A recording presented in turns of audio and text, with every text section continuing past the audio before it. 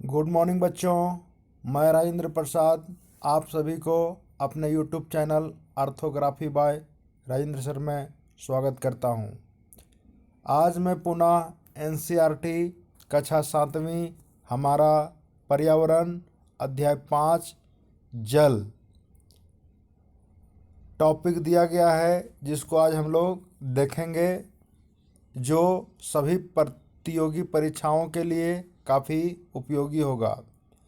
तो जो भी साथी एवं जो भी छात्र मेरे इस YouTube चैनल पर नए हैं तो इस YouTube चैनल को सब्सक्राइब करें, लाइक करें और साथ ही बेल के आइकन की घंटी को दबा दें, ताकि मेरे द्वारा जो भी वीडियो बनाए जाए आप तक सबसे पहले पहुंच सके। तो मैं वीडियो को शुरू करता हूं। तो एक पॉइंट में दिया गया है, सूर्य ताप के कारण, किसके कारण? सूर्य ताप के कारण जल जो है वाष्पित हो जाता है और ठंडा होने पर जलवाष्प संघनित होकर बादल के रूप ले लेता है। यहाँ से या वर्षा ही हिमवृष्टि के रूप में धरती पर गिर जाता है। धरती पर या समुद्र पर नीचे गिरता है, जिसे क्या कहेंगे? वर्षा कहेंगे। यहाँ एक अब थलशाला बनाई गई है, तो इसमें बताया गया है कि एक बड़ा सा क्या है, शीशा का जार है। इसमें थोड़ा मिट्टी डाला गया है और इसमें छोटे छोटे प्लांट लगाए गए हैं और इसमें जो है पानी छिड़क दिया गया है। उसके बाद ऊपर से ढक्कन जो है बंद कर दिया गया है। अब यही जो पानी जो है, ढक्कन जब ऊपर से बंद है तो सूर्य की गर्मी से वो वाष्पित हो जाता है, वाष्पित होकर के ऊपर आ जाता है और जब ये रात में ठंडा पड़ता है तो यही वाष्प जो है पानी बन करके नीचे गिर जाता है। उसी के बारे में इसमें लिखा गया है। क्या लिखा गया है? एक बड़े जार के 1/4 भाग में मिट्टी भरकर उसे अच्छी तरह से दबा दें। इसके ऊपर ह्यूमस की एक पतली परत लगाएं। पहले सबसे बड़े पौधे लगाएं, तदुपरांत उसके चारों ओर छोटे पौधे को व्यवस्थित रूप से लगाएं। इसमें जल की फुहारा छिड़कें। जार को बंद कर दें। पत्तियों एवं मिट्टी के द्वारा वाष्पित जल संघनित होकर जल की बूंद के रूप में नीचे गिरता है। ठीक इसी प्रकार हमारा धरती पर होता है बच्चों। अब हम आगे देखेंगे। जिस प्रक्रम में जल लगातार अपने स्वरूप को बदलता रहता है और महासागरों, वायुमंडल एवं धरती के बीच चक्कर लगाता है, उसे हम जल चक्र कहेंगे। क्या कहेंगे? जल चक्र।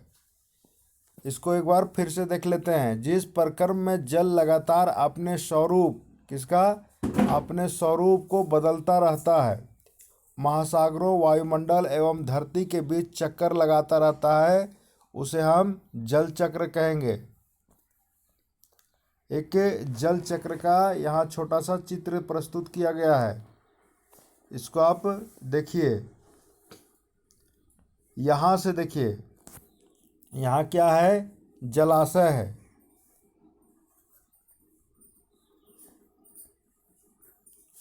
यहाँ पे आप देखिएगा कि ये क्या है? जलाशय है। सन के गर्मी से ये वाष्पित होकर के ऊपर की ओर उठ जाता है और यहाँ संघनन होने के बाद, यही जो है ठंडा होने के बाद, यही वाष्प जो है जलवाष्प संघनन होकर के जमा हो जाता है और ये पुनः वर्षण के रूप में पहाड़ों पर गिरने लगता है, जो चित्र के माध्यम से बताया गया है, जिसे हम जल चक्र कहते हैं। अब यहाँ बहुत ही एक रोचक ढंग से एक मैप दिया गया है जिसमें विश्व के प्रमुख समुद्र एवं नदियाँ और झील को बतलाया गया है, तो इसको देखना ज़रूरी है। यदि आप लोग के पास एटलस है तो इसे देख लीजिएगा, क्योंकि यहाँ से प्रश्न बनाए जाते हैं।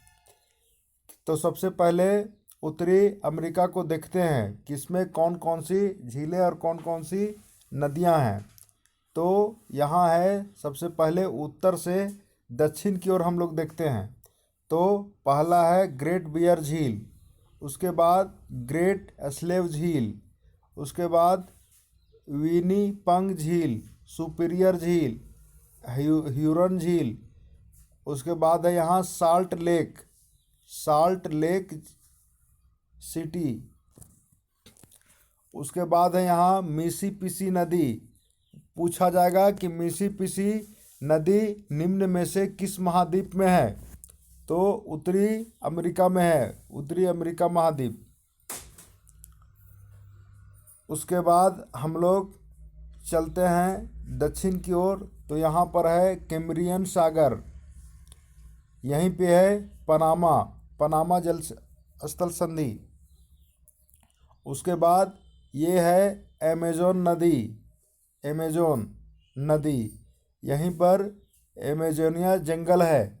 और हाल ही में ब्राज़ील के द्वारा एक उपग्रह जो था वो भारत के माध्यम से लॉन्च किया गया, उसका नाम अमेजोनिया है।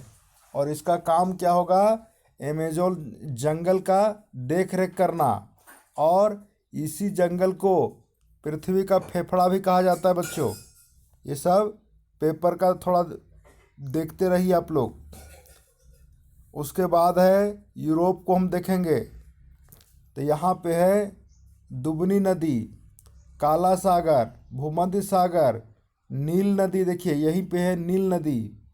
उसके बाद लाल सागर, उसके बाद नाइजर नदी, विक्टोरिया झील, कांगो नदी, उसके बाद ऑरेंज नदी, देखिए अंतिम में है ऑरेंज नदी। उसके बाद यहाँ पे यूरोप और एशिया के बीच में क्या है, कैस्पियन सागर। ये चीन में हवांगहो नदी, और ये पूर्वी चीन सागर, यहीं पे समस्या होते रहता है। दक्षिणी चीन सागर, बंगाल की खाड़ी, अरब सागर, ब्रह्मपुत्र, गंगा की नदी, लाल सागर, ये सब देख लीजिए थोड़ा। और ये है कोरल सागर, यहाँ पे कोरल सागर, ये ऑस्ट्रेलिया का एक मुख्य नदी है। उस नदी का नाम क्या है, डार्लिंग नदी, डार्लिंग। यहाँ पे छोटा सा ये न्यूजीलैंड है, यहाँ पे मेडागास्कर है, ये वाला मेडागास्कर है। उसके बाद इधर है अंटार्कटिका ये है। तो मोटा मोटी इस चीज़ को दिमाग में रखना चाहिए। अब हम आते हैं कि जल की मात्रा का वितरण कहाँ कहाँ पे महासागर में कितना है, उसके बारे में देखेंगे। तो बच्चों, महासागर में 97.3 है, बर्फ क्षत्रक में 0.02 है। उसके बाद भूमिगत जल है मात्र 0.6868। उसके बाद झीलों का आलवन जल, ये कि जो पीने योग्य पानी होता है, वो है 0.009%। नमकीन झील 0.009। वायुमंडल में भी जल होता है, वो कितना है, 0.0019। और नदियाँ में बहुत कम मात्रा में जल है, सबसे कम कहाँ है, नदियों में है, 0.001। कुल मिलाकर के 100%। तो सबसे अधिक जल जो है महासागर में है।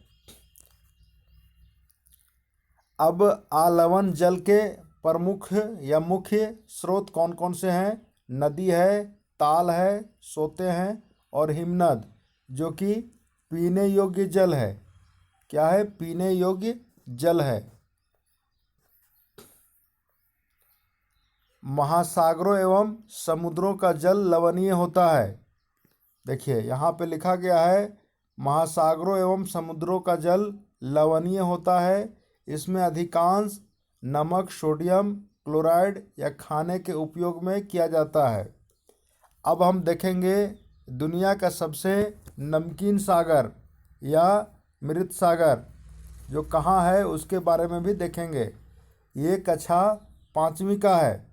ये कक्षा 5वीं का है।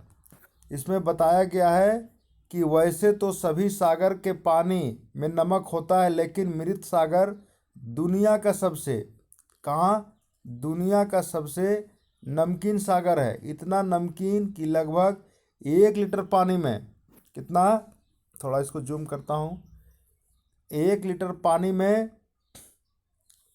30 ग्राम नमक। पूछा जाएगा कि मृत सागर का 1 लीटर पानी में कितना ग्राम नमक बनाया जाता है या पाया जाता है। क्या इतना नमकीन पानी चख पाओगे? बहुत ही कड़वा लगेगा। सबसे मज़े की बात तो यह है कि मृत सागर में हम ऐसे तैर सकते हैं जैसे आराम से लेटे हो। आप प्रयोग करने के लिए इसे आप प्रयोग भी कर सकते हैं। क्या प्रयोग करना है कि आप 2 गिलास ले लीजिए, 2 गिलास ले लीजिए, उसमें आप जल भरिए दोनों में, और 1 गिलास में कम से कम 3 से 4 चम्मच या 5 चम्मच नमक घोल दीजिए। नमक घोलिए और एक में सिर्फ साफ पानी रखिए, और नमक घोलने के बाद उसमें एक नींबू डाल दीजिए, और एक स्वच्छ जल में, अलवणीय जल में नींबू डालिए। तो आप देखेंगे कि नमक वाले जल में नींबू जो है ऊपर तैरता हुआ नज़र आएगा, और अलवणीय जल में जिसमें नमक की मात्रा कम है उसमें नीचे की ओर बैठ जाएगा। ये किसके बारे में बतला रहा है? ठीक उसी प्रकार से लवण की मात्रा अधिक होने के कारण ये बच्चा जो है आराम से लेटा हुआ है। क्या है? आराम से लेटा हुआ है। अब हम 7वां क्लास में देखेंगे, उसी के बारे में बताया गया है। इजराइल में ये कहाँ पे है मृत सागर? इजराइल में। ये मृत सागर में 340 ग्राम प्रति लीटर लवणता होती है। मतलब 1 लीटर पानी में कितना है? 340। तैराक इसमें पावलो मतलब कि आराम से लेट सकते हैं, कर सकते हैं, क्योंकि नमक की अधिकता इसे संघन बना देती है, संघन बना देती है। अब हम देखते हैं 5वां पॉइंट। ताल एवं झील के जल, ताल एवं झील शांत जल के विपरीत महासागरीय जल हमेशा गतिमान। देखिए बताया जा रहा है कि ताल एवं झील का जल जो है शांत होता है, लेकिन महासागरीय जल जो है हमेशा गतिमान रहता है, यह कभी शांत नहीं रहता है। महासागरों की गतियाँ को इस प्रकार वर्गीकृत कर सकते हैं। इसमें मुख्य कारण कौन कौन से हैं? तरंगे, ज्वार भाटाएँ एवं धाराएँ, जिसके कारण से महासागरीय जल जो है गतिमान होते हैं। जब महासागरीय सतह पर जल लगातार ऊपर उठता और गिरता रहता है तो उसे क्या कहेंगे? तरंग कहेंगे। उसे तरंग कहेंगे।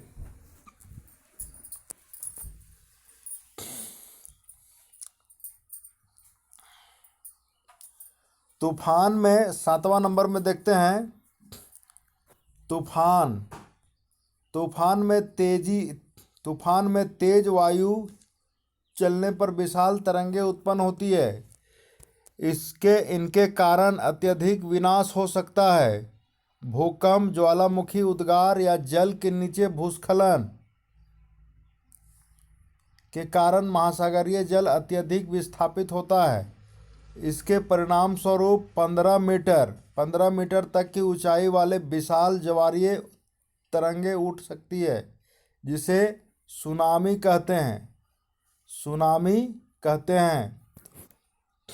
देखिए यहाँ पे बताया जा रहा है कि भूकंप, ज्वालामुखी उद्गार या जल के नीचे भूस्खलन के कारण महासागरीय जल अत्यधिक विस्थापित होता है। इसके परिणाम स्वरूप 15 मीटर तक की ऊंचाई वाले विशाल ज्वारीय तरंग उठ सकती है, जिसे हम सुनामी कहते हैं।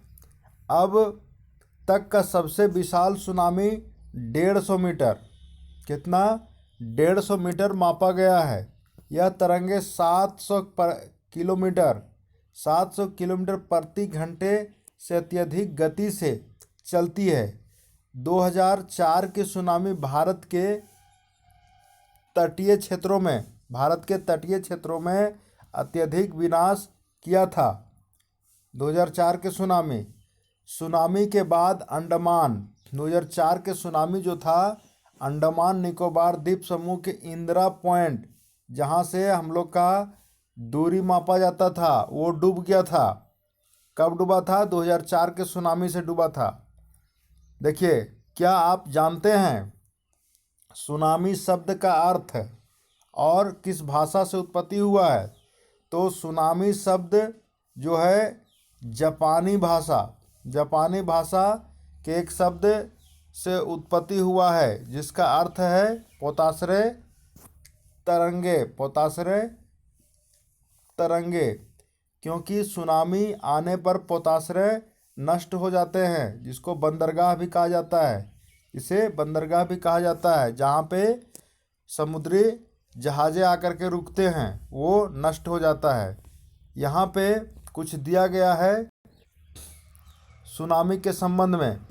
26 दिसंबर किस दिन आया था? 26 दिसंबर 2004 को हिंद महासागर में सुनामी तरंगों का पोताश्रय तरंगों के कारण अत्यधिक विनाश हुआ। ये तरंगे भूकंप के परिणाम हुआ था।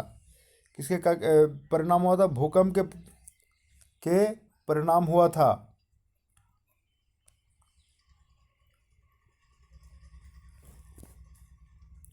जिसका अधिक केंद्र सुमात्रा के पश्चिम सीमा पर था। कहाँ था? सुमात्रा के पश्चिम सीमा पर।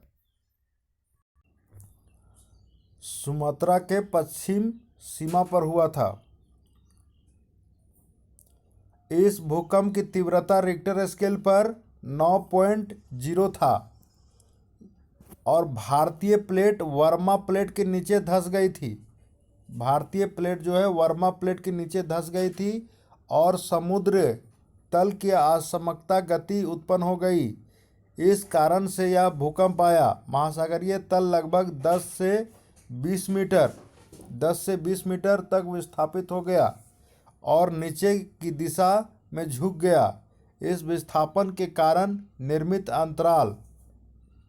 अंतराल को भरने के लिए विशाल मात्रा में महासागरीय जल उसी ओर बहने लगा। फलस्वरूप दक्षिण एवं दक्षिण पूर्वी एशिया के समुद्री तटों से जल हटने लगा। भारतीय प्लेट के वर्मा प्लेट के नीचे चले जाने पर जल वापस समुद्र तट की ओर लौटा।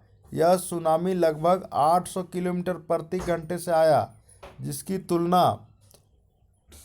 तुलना व्यावसायिक वायुयानों की गति से की जा सकती है और इसके परिणाम स्वरूप हिंद महासागर के कुछ द्वीप पूर्णतः डूब गए। देखिए यहाँ बता रहा है कुछ महाद्वीप जो है डूब गए।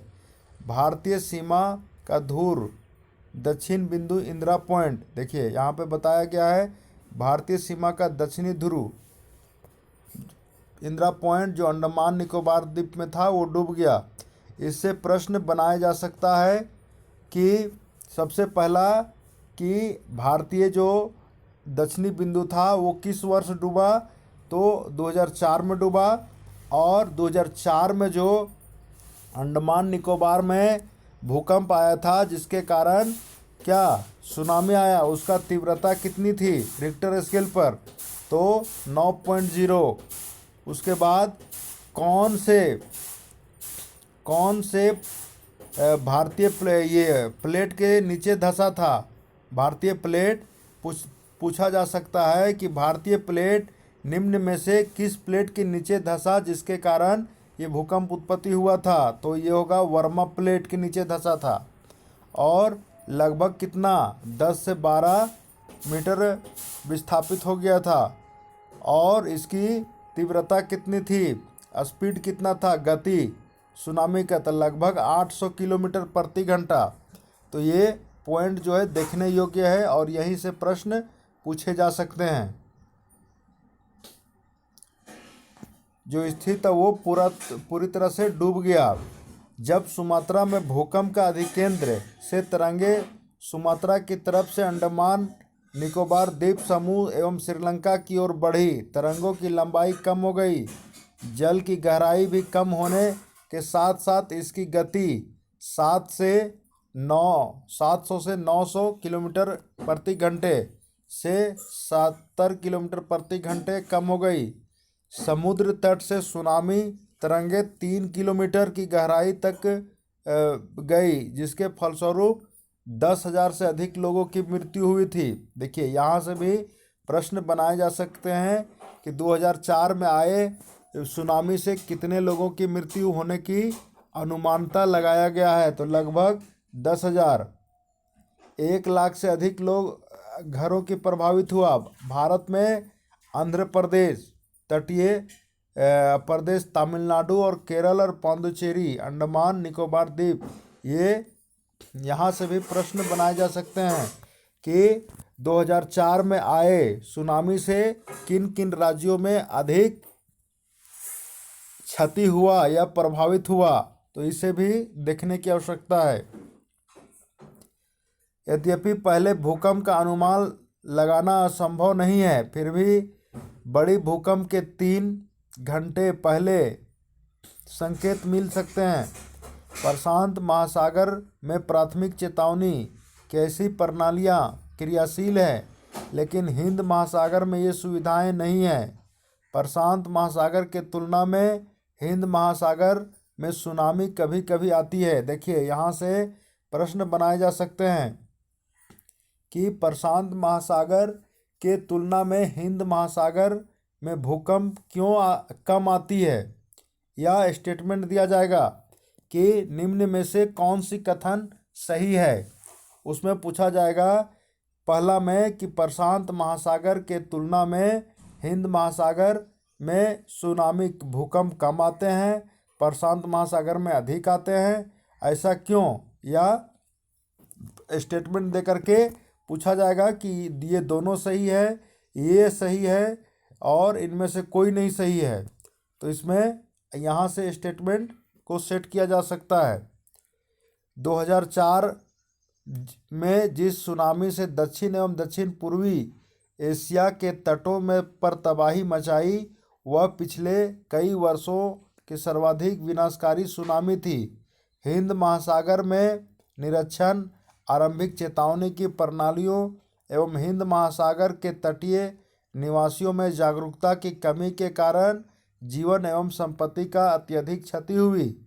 सुनामी आने पर प्रथम संकेत यह होता है कि तटीय का जल तेजी से कमी आती है। देखिए यहाँ बताया जा रहा है अनुमान लगाने की विधि कि सुनामी आने का प्रथम संकेत यह होता है कि तटीय क्षेत्र का जो जल होता है तेजी से कमी आने लगती है और फिर विनाशकारी तरंगे उठने लगती है। जब तट पर ऐसा हुआ था तो लोग उसे ऊंचे स्थान पर ना जाकर के अचंभे को देखने के लिए तट पर एकत्र होने लगे। इसके फलस्वरूप एक विशाल सुनामी तरंग आई और बड़ी संख्या में उत्सुक दर्शकों को मृत्यु की गोद में समा दिए। कहने का अर्थार्थ यह है बच्चों कि मान लिया जाए कि ये भारत का तटीय क्षेत्र है, तो मान लिया जाए कि यहाँ तक जल से भरा है, तो जब सुनामी आने की संभावना होती है तो ये जल महासागर की ओर घटने लगती है। मतलब कि यहाँ तक मान लिया जाए कि स्थलीय रूप दिखाई देने लगा। तो यहाँ के लोग क्या किए, अचंभव कि बाप रे बाप ये ऐसा क्यों हुआ, कैसे हुआ कि जल नीचे की ओर जा रहा है। उसके बाद अचानक जो है ये जल का जो दबाव है वो पूरा इस एरिया तक आकर के दब गया। तो यहाँ पर जो आए हुए लोग थे वो इस गोद में समा गए और मर गए। अब देखेंगे ज्वार भाटा के बारे में। दिन में दो बार नियम से जल का ऊपर उठना और गिरना ज्वार भाटा कहलाता है। दिन में 2 बार नियम से ऊपर उठना और नीचे गिरना ज्वार भाटा कहलाता है। 9th नंबर में देखेंगे जब सर्वाधिक ऊंचाई तक उठकर बड़े हिस्से को डुबो देता है तो उसे ज्वार कहते हैं। इस प्रकार से उठा और नीचे गिरा उसे कहते हैं ज्वार। जब जल अपने निम्नतम स्तर तक आ जाता है एवं तट से पीछे चला जाता है तो उसे क्या कहेंगे? भाटा कहेंगे। भाटा ये क्यों होता है उसके बारे में बताया गया है कि सूर्य एवं चंद्रमा के शक्तिशाली गुरुत्वाकर्षण बल के कारण पृथ्वी की सतह पर ज्वार भाटा उत्पन्न होते हैं। जब पृथ्वी का जल चंद्रमा के निकट होता है, देखिए यहाँ बताया गया 12 नंबर में, जब पृथ्वी का जल चंद्रमा के निकट होता है उस समय चंद्रमा के गुरुत्वाकर्षण बल से क्या होता है? अभिकर्षित होता है। इसके कारण ज्वार आते हैं। पूर्णिमा एवं अमावस्या के दिनों में सूर्य एवं चंद्रमा पृथ्वी तीनों एक सीध में होते हैं। इस समय सबसे ऊंची ज्वार उठते हैं। इसको हम चित्र के माध्यम से भी देखेंगे कि जब पूर्णिमा और अमावस्या के दिन क्या होते हैं? बृहद ज्वार आते हैं, मतलब बड़े ज्वार आते हैं। जब चांद अपने प्रथम या एवं अंतिम चतुर्थांश में होता है तो पृथ्वी एवं सूर्य का गुरुत्वाकर्षण बल विपरीत दिशाओं में महासागरीय जल पर पड़ता है। परिणाम स्वरूप निम्न ज्वार आते हैं। अब यहाँ हम देखेंगे चित्र के माध्यम से लघु ज्वार। देखिए यहाँ सूर्य है और ये पृथ्वी है और चांद यहाँ पे है तो यहाँ पे क्या होता है? लघु ज्वार उत्पन्न होता है। यहाँ पे गुरुत्वाकर्षण बल जो है बहुत कम काम करता है जिसके कारण लघु ज्वार आते हैं। लेकिन ये जो है अमावस्या और पूर्णिमा के दिन क्या होता है? तीनों एक सिध में हो जाते हैं। यहाँ पे देखिए कि चांद जो है बिल्कुल सामने है जिसके कारण इसका गुरुत्वाकर्षण बल अधिक खींचता है, जिसके कारण इसका जो जल है पृथ्वी का वो ऊपर की ओर उठने लगता है। और यहाँ पे भी देख सकते हैं यहाँ इस ओर खींच रहा है जिसके कारण क्या होता है? बृहद ज्वार का उत्पन्न होता है, ज्वार भाटा का। अब 15 नंबर में देखेंगे ज्वार भाटा का क्या योगदान है, क्या लाभ है उसके बारे में। ऊंच ज्वार नौका संचालन में सहायक है। यह जल स्तर के तट की ऊंचाई तक पहुंचा देते हैं। यह जहाज को बंदरगाह तक पहुंचाने में सहायक होते हैं। ऊंच ज्वार मछली पकड़ने में मदद करते हैं। ऊंच ज्वार के दौरान अनेक मछलियां तट के निकट आ जाती है। इसके फलस्वरूप मछुआरों को बिना कठिनाई के मछलियां पकड़ पाते हैं। कुछ स्थान पर ज्वार भाटा होने वाले जल स्तर उतार चढ़ाव के कारण विद्युत उत्पन्न होता है जिसे ज्वारीय ऊर्जा कहते हैं। तो इसमें होता क्या है? कभी कभी मान लिया जाए कि इस प्रकार से भारत का शेप है तो ज्वार आया तो उसके साथ में मछलियाँ भी इस एरिया में आ गया स्थलीय भाग में। और जब ज्वार वापस जाने लगते हैं तो मछली कहाँ? स्थलीय भाग में घूमने लगते हैं, दिखाई पड़ने लगते हैं तो मछुआरे लोग आसानी से पकड़ ले पाते हैं। अब हम देखेंगे 16 नंबर महासागरीय धाराएं निश्चित दिशा में महासागरीय सतह पर नियमित रूप से बहने वाली धाराएं होती है। महासागरीय धाराएं गर्म और ठंडा दोनों हो सकती है, गर्म और ठंडा दोनों। सामान्यतः गर्म महासागरीय धाराएं भूमध्य रेखा, देखिए भूमध्य रेखा बताया जा रहा है कि भूमध्य रेखा की पर क्या होगा, गर्म धाराएं उत्पन्न होती है और ध्रुवों की ओर, यहाँ होगा ध्रुवों की ओर प्रवाहित होती है, गर्म होकर के ध्रुवों की ओर प्रवाहित होती है। इस प्रकार से ठंडी धाराएं ध्रुवों पर, यहाँ सेंटेंस गलत हो गया है कि ध्रुवों की ओर, ठंडी धाराएं जो है सो ध्रुव से उच्च अक्षांश की ओर, उच्च अक्षांश की ओर या उष्णकटिबंधीय अक्षांश की ओर प्रवाहित होने लगते हैं, निम्न अक्षांश की ओर प्रवाहित होते हैं, सॉरी, उष्णकटिबंधीय या निम्न अक्षांश की ओर प्रवाहित होने लगते हैं।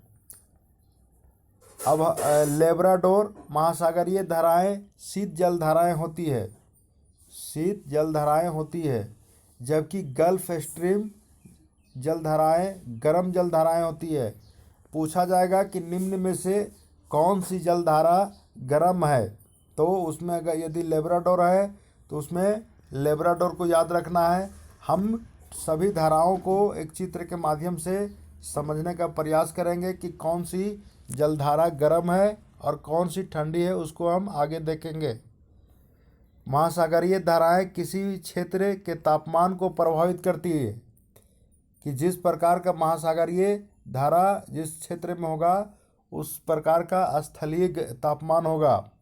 गर्म जलधाराओं से स्थलीय सतह का तापमान गर्म हो जाता है।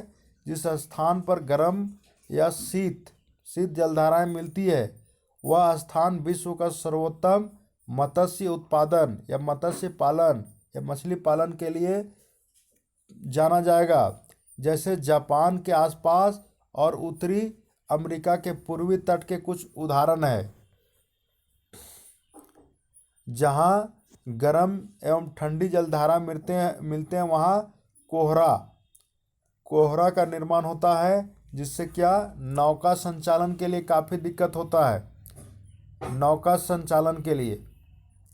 तो एक 7वीं कक्षा का एक छोटा सा चित्र दिया गया है जिसमें सभी धाराओं को बतलाया गया है कि कौन सी जलधारा गर्म है और कौन सी ठंडी है।